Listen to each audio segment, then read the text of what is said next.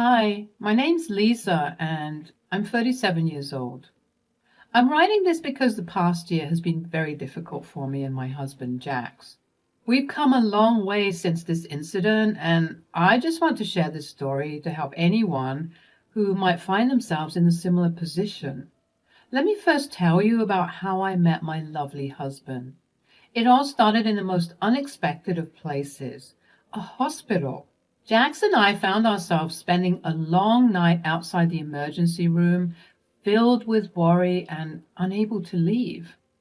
Jax was there because his sister had a serious car accident, while my mother suffered a heart attack.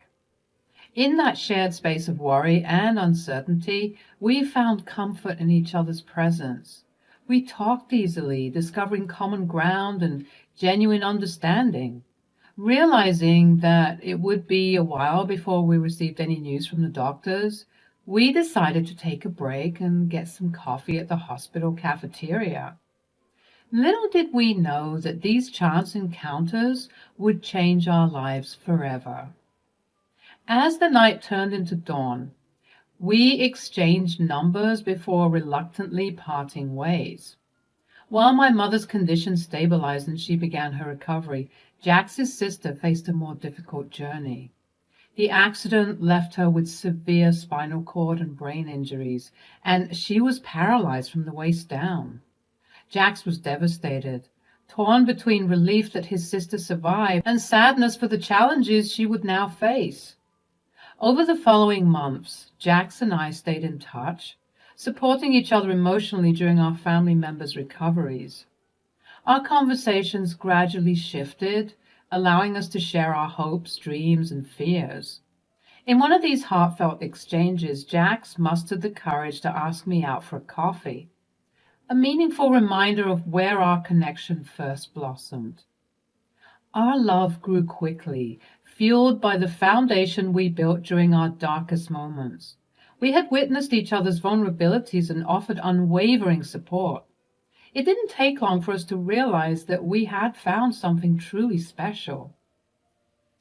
After 2 years of dating, Jax proposed to me. With overwhelming joy, I happily said yes. Our wedding was a small and intimate celebration, honoring the love that emerged from our shared hardships. At that time, Jax's sister needed specialized care, and he, being the closest family member, took on the responsibility. However, he also needed full-time work to manage the mounting bills. Worried that I would be burdened with financial obligations, Jax hesitated to ask for my help. One day, I sat him down and reassured him that we were a team, facing life's challenges together. "Babe, I need to talk to you about something important. Please have a seat." "What's on your mind? You seem serious. Is everything okay?" "In a way, no. I've been seeing you struggle for a while now. You know you can ask me for help, right?" "Of course I know that. I don't want to burden you with my problems. "My darling, we're a team. I want you to always remember that. We face life's challenges together, and there's no his or hers in our relationship, only ours. I want to support you and your sister in every way I can." "That means a lot to me, baby. You've been incredible throughout all of this. I don't know what I would do without you." "That's exactly why I wanted to talk to you. I've been thinking about Abby's care and how it's affecting your work. What if we consider placing her in a nursing home? And before you ask where, I know of a good one where my Nana was genuinely happy. She even preferred it to live with family." "I don't know. I mean, it's a big and risky decision to make." "I understand, but think about it. This would allow you to find a better paying job so we can make sure that Abby receives the care she deserves. We can visit her regularly and still be there for her, but it would relieve some of the burden on your shoulders." "You're right. It's a tough choice, but I trust your judgment." "I'm glad you're finally letting me help you. Believe me, things get easier when you get to share your burdens with someone. I mean, that's how we found each other, isn't it?" "How could I ever forget about that? I love you so much. Thanks for sticking by my side. Shush. No need for thanks. You know I'll always be by your side. I love you too, baby. Jax trusted me, and we found a nursing home for Abby. Over the next few months, Jax got a better paying job and visited his sister almost every day. Abby's recovery progressed surprisingly well, despite being paralyzed. She started moving around the nursing home in her wheelchair, determined to explore. The nursing home allowed residents to go out with their registered family members, so I sent Abby an allowance each month to help her enjoy herself. Jax's mom, Greta, heard about his dedication to Abby's well-being and the effort he put into caring for her. Greta came to our home, tears in her eyes, to express how proud she was of her son. Mom, why are you crying? What's the matter? I just want you to know how proud I am of you, Jax. You've shown such strength and compassion in taking care of Abby. I couldn't be prouder to have raised such a wonderful son. Gee, thanks, Mom. I'm just doing what I can for Abby. It's not easy, but I love her and want to make sure she's okay. You've done more than enough, my dear. I don't want you to shoulder this burden alone. I want to take over and visit Abby more frequently. You need to focus on your work and your own life. Abby will be well taken care of. Well, it's not like I've been doing it alone. Lisa has been by my side, supporting us every step of the way. We're a team, and we're both committed to Abby's well-being. Oh, I know Lisa has been there, but you've been doing so much, Jax. It's time for you to prioritize your own life and career. Abby will be in good hands. Trust me. Okay, Mom. If you're sure about this, then I'll agree. But I want you to know that it's been my pleasure to care for Abby, and Lisa and I will always be here for her, no matter what. I appreciate your dedication, Jax, but it's time for you and Lisa to focus on your futures. Trust me, it's for the best. All right, Mom. If you believe this is the right thing, then I'll go along with it. Just promise me you'll take good care of Abby. I promise, Jax. You can count on me. Now go and focus on your work. Let me handle Abby's care.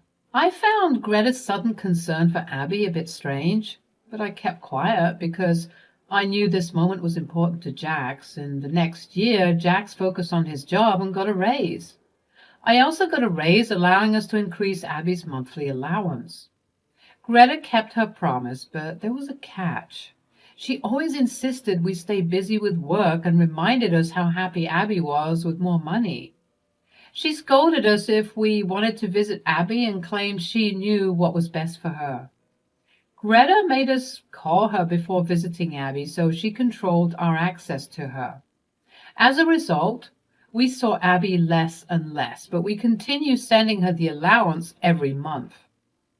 I felt uneasy about the situation. Greta's sudden possessiveness and controlling behavior worried me. It seemed like she always had excuses when Jax needed help with Abby in the past. However, I didn't say anything because I knew how much Abby meant to Jax. Despite the challenges, Jax and I stayed committed to supporting Abby. We kept our promise to provide financial assistance, even though we couldn't be with her as much. We believed Abby deserved the best care and happiness, and we wanted her to have the means to enjoy life to the fullest. One day, Jax was missing Abby a little too much. We had both been very wrapped up with work and hadn't had any time to go visit her. We decided to go visit her on a whim. We didn't tell Greta because we didn't want to hear her nag or berate us. Before we got to the nursing home, Jax and I stopped by the grocery store to buy Abby all her favorite snacks. We were both super excited to see her and spend some quality time with her. I even brought along my Nintendo Switch so she could play around with it. We walked in and immediately started looking around for Abby, but we couldn't see her anywhere. I thought she was probably off to a doctor's appointment or was probably in the garden. We found Abby's attending nurse, Miss Smith. She looked at us in confusion. We walked up to her and asked her where Abby was because we couldn't see her anywhere. This time, Miss Smith looked at us in confusion. "Excuse me, could you please tell us where Abby is? We're looking for her." "I'm sorry, but aren't you aware of what happened?" "No, we don't know. Please tell us." "What happened? Is Abby okay? I tried to contact Greta as she insisted on being the point of contact for all information about Abby, but she never answered my calls." "Please, just tell us what happened. Is Abby all right?" "I'm so sorry to break this news to you. While administering a new medication for Abby, her body had a severe reaction. She went into shock, and despite our efforts, she passed away." "What? When did this happen?" "It happened 2 months ago." 2 months ago? How? How is that possible? Why were we not informed?" "I apologize for the oversight. We were trying to reach Greta as per her request, but it seems she never received our calls." "This is unbelievable. We should have known. We should have been there for Abby." "Thank you for telling us, Miss Smith. We'll need some time to process this. Can you please give us some privacy?" "Of course. Take all the time you need. I'll be here if you have any questions or need assistance. Again, I'm truly sorry for your loss." I could feel Jax's entire world crumble, and I was in the same boat. While Abby may not have been my own sister, I treated her like it. I knew how much she meant to Jax, and so I put in a lot of effort to get to know her and befriend her. Over time, I grew to absolutely adore her. We were like sisters. Abby had been so full of life, regardless of her circumstances. Jax was a sobbing mess while I simply couldn't bring myself to cry. I felt so numb. I couldn't believe that Abby was gone. I felt so guilty that she had suffered all alone. I felt so guilty that I never took the time to meet her. Would things have been different if I visited? I knew that Jax was feeling the same way that I was. I knew that we couldn't keep standing there and crying, so I gently guided Jax back out of the facility. The ride back home was silent as grief enveloped our souls. When we got home, we both collapsed in tears in each other's arms. We cried and cried for what felt like hours. Jax was furious that we didn't even get to bid his sister goodbye. I felt the same way. Besides, I was sad that Abby probably never got to have a funeral either. At that moment, I had a sudden realization that hit me hard. Greta was supposed to take care of Abby, but something wasn't right. I asked Jax if he had heard anything from his mother, but he hadn't. As we put the pieces together, anger boiled inside us. We realized how carefully Greta had manipulated us, stealing our connection to Abby and taking advantage of our kindness. The thought that she had probably taken all of Abby's allowance for herself, leaving Abby with nothing, fueled our anger even more. Jax was ready to confront his mother, but I managed to think a bit more clearly. "Babe, I know you're furious and want to confront your mother, but let's think this through." "I don't want to think things through. I want to ask Mom why she did this. What did she gain from doing this to Abby?" "I want to know the same thing, but you know that she'll deny everything we say or find a way to blame us for everything. Look, the day we usually give Abby her allowance is coming up soon. What if Greta shows up at our door, demanding the money?" "You think she would dare to show her face here after everything she's done?" "It's possible, babe. If she does, it will be her inadvertent confession to us. We can use that as evidence." "Yeah, and then we can expose her evil, scheming ways to everyone." "Exposing her in front of everyone might not be the best course of action right now. Let's gather proof and take legal action instead, yeah?" "Fine, you're right. We need to approach this strategically. We'll follow your plan and gather the evidence we need. It's time for Mom to face the consequences of her actions." We both took a week off from work. Returning to the nursing home, we collected Abby's death certificate as evidence. We also consulted a lawyer to charge Greta with robbing a disabled person. Just as I predicted, Greta came knocking on our door demanding her daughter's allowance. Where is Abby's allowance? I've been waiting for it. Why should we be sending Abby's money to you, Mom? What have you done for her? What have I done? I mean, what haven't I done for that insolent child? Hold on a minute, Greta. How exactly have you been taking care of Abby? I buy her all the food she wants, and I cater to her every whim. I even make sure she takes her medication when I visit her. That's great. When was the last time you saw Abby? I just visited her yesterday. I'm only here because she's worried you haven't sent her allowance. How dare you lie to my face? I'm not lying. What do you mean? How dare you accuse me of lying? You're just as ungrateful as Abby. Without hesitation, I handed Greta Abby's death certificate, my disgust evident in my eyes as she stared at it in shock. Greta stumbled, attempting to apologize. What? No, this can't be true. My baby girl. I'm so sorry, Jax. I'm so sorry. Save your apologies, Mom. You've done nothing but insult Abby since you got here. You're disgusting. We've already taken legal action against you for your crimes. We have evidence of your neglect. See you in court. Please, Jax, don't do this. I'm hurting just like you, please. Stop it. Leave our house and never speak to us again. We want nothing more to do with you. Please don't take me to court. I'm sorry. It's too late for apologies. You made your choices, and now you'll have to face the consequences of your actions. Little did Greta know, Jax and I had taken precautions and recorded our conversation with her. This additional evidence worked in our favor, and the court ruled that Greta had to repay us, including interest rates similar to those charged by banks. She would be making monthly payments to us for the next few years. Jax went a step further and shared the recording with the rest of his extended family.